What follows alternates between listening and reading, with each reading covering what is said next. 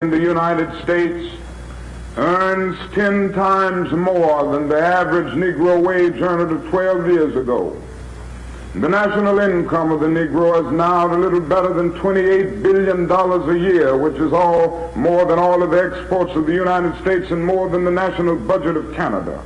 This reveals that we have made some strides in this area.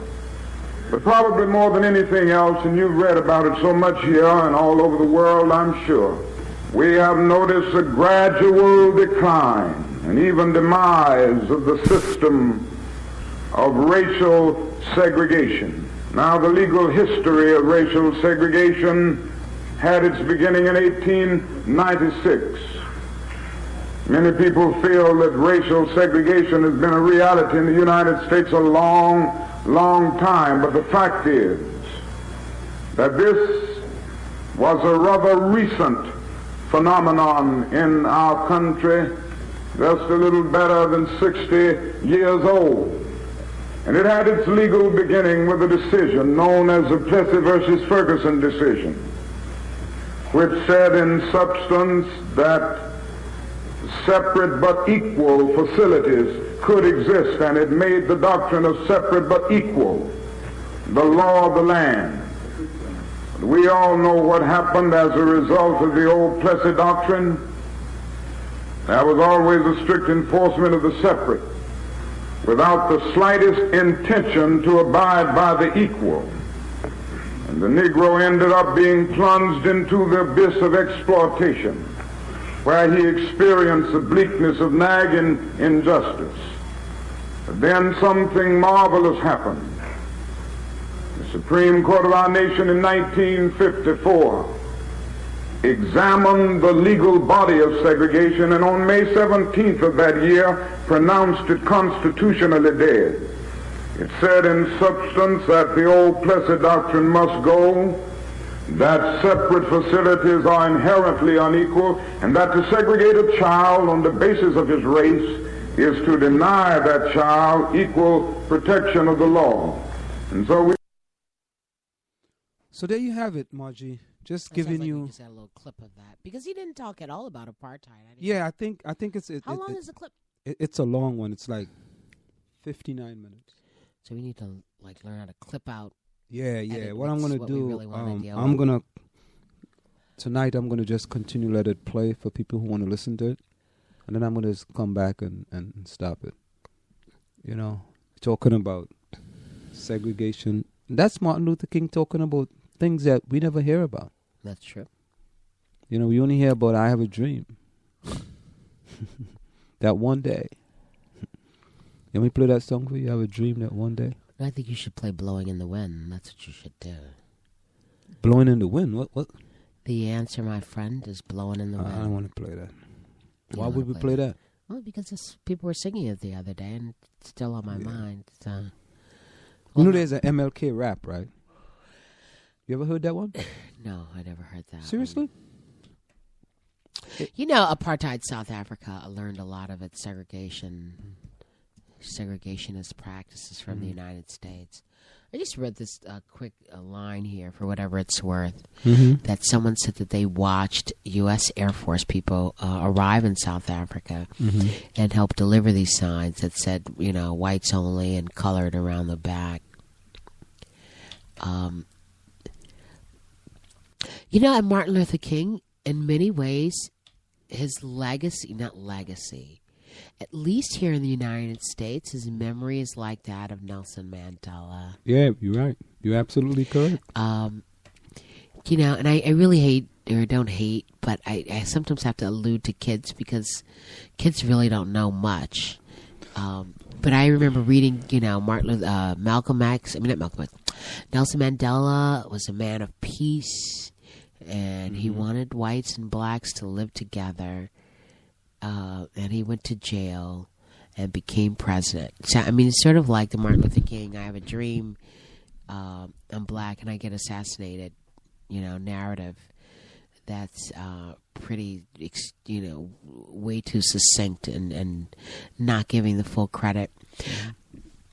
I remember Nelson Mandela was considered a terrorist, and the ANC which he was a leader of, not the leader, but a leader of the African National Congress, was considered a terrorist organization.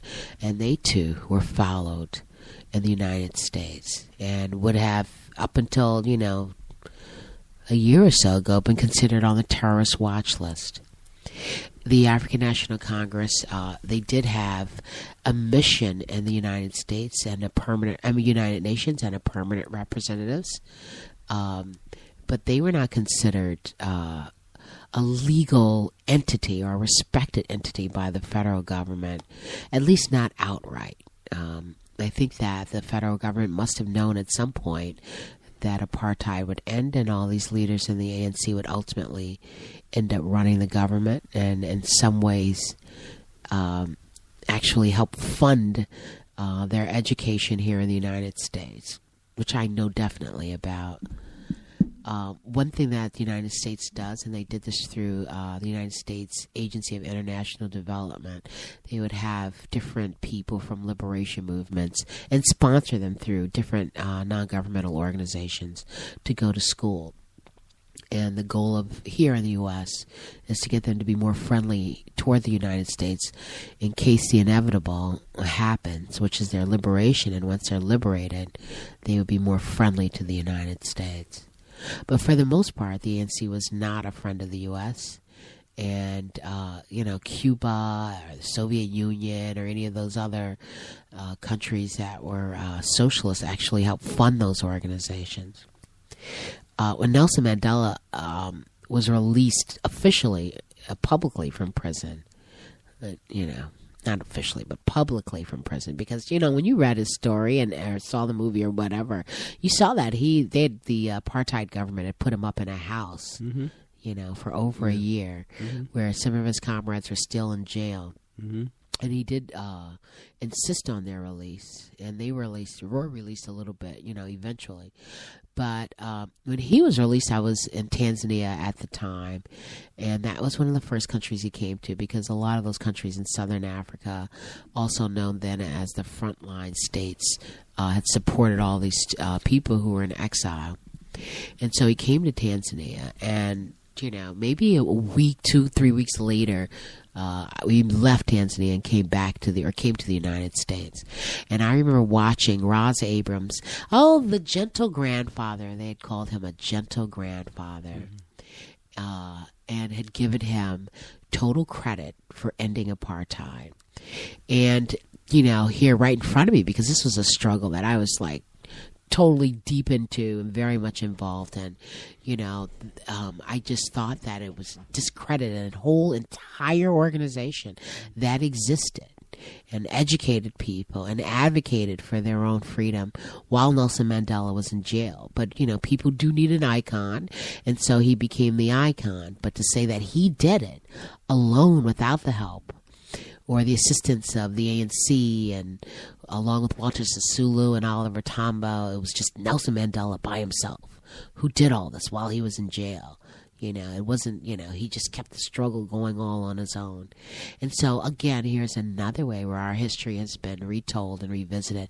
But back to Roz Abrams, who had referred to him as a gentle grandfather, rather than looking at this as a man who founded or was one of the founders of Umkhonto we Sizwe, the Spear of the Nation, the armed wing of the ANC that went around blowing up stuff. And so, rather than talk about that aspect of him, this lawyer, that aspect of him, they would prefer to call him a gentle grandfather who Maybe did that's what they told her she had to say. Through diplomacy. And this is what they've done, as we, were talking about on Sunday, the sanitization of Martin Luther King. And they've done the same thing with Nelson Mandela to take away his militancy, to take away his desire to fight back by whatever means necessary once negotiation did not work. They didn't do that to Malcolm X, right?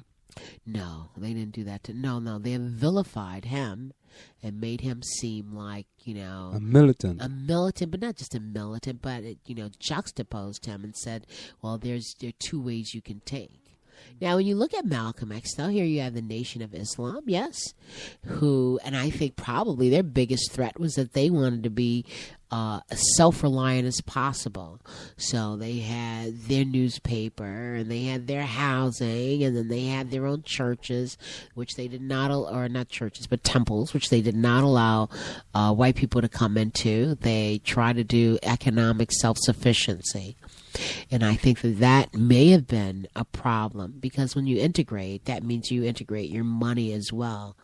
And so they wanted to keep it all into the community. But it was just another method of fighting back and seeking self-determination and feeling pride in yourself, rather than vilifying them as some organization. Because, it had been pointed out to me, Malcolm X and the Nation of Islam, they never hurt anybody and never got anybody in any violent situation. And they never terrorists, no terrorists. They never did anything. But, they just kept the money within their group. However, and they were trying for whatever it's worth. Get kids off Martin of drugs, Luther King did lead people street. into situations where people got their ass beat, and got beat up and sicked on by dogs and hit by water hoses. But, Malcolm X, they were like, we stand up here, They didn't involve themselves in any of that. And, the value of the nonviolent movement and having these images in front of newspapers and the television that was becoming a major media at that time did help soften the hearts of white people and black people, but white people who did not like seeing other human beings being mistreated. And I think that was one of the ways that legislation ended up being changed, and people... legislation, I'll just say, and policies being changed. But it wasn't just one thing, because they were afraid of Malcolm X, they were afraid of the Black Panthers, and people said, listen, we're going to get a gun and fight back and control our own community, or rather patrol our own community. Organizations like the Deacons for Defense, who walked around with guns, and said, we're going to shoot you down if you come after us. So there were a number of agencies, as we had mentioned, that the COINTELPRO, the counterintelligence program led by the FBI, sought to discredit and destroy. So there's no one way to do anything. So I guess everyone's voice gets heard, but at the end, when the story is written, it seems to be written to say that there was only one voice, right? Or to sanitize Mandela or King. And if that's the case, or just make the people disappear, because we don't hear anything about Patrice Lumumba, who we know was killed by the CIA. There's just so many others that they said Kwame Ture was poisoned. Yeah, we don't know why. I mean, these people are not part of the history, and so all people say is that, Martin Luther King, Martin Luther King, Martin Luther King. And they said Malcolm X was also assassinated. The person was actually put up to assassinate Malcolm X. Well, I don't get into that. But here is this. You know this author named Dinesh D'Souza? I've seen Dinesh, D-I-N-E-S. Yes. He has views on color blindness and the importance of discussing race that are so ridiculous. Even Fox host Megyn Kelly isn't buying. Now, when Megyn Kelly doesn't buy it, there may be something wrong with it. All right? Let's see if we can bring this up here. This is Dinesh D'Souza. Dinesh D'Souza. It's funny. There is D'Souzas in Trinidad and Tobago. What's an Indian name? It's an Indian name, yeah. Yeah. And there are, I don't know if they were in Trinidad. They weren't really Indian. They were light-skinned, because, there was a D'Souza who played for the Trinidad and Tobago cricket team. But I don't think he was a, Indian? Indian, yeah. Well, I have some Southeast Asian students. One's last name is Rodrigo. Another one is Souza.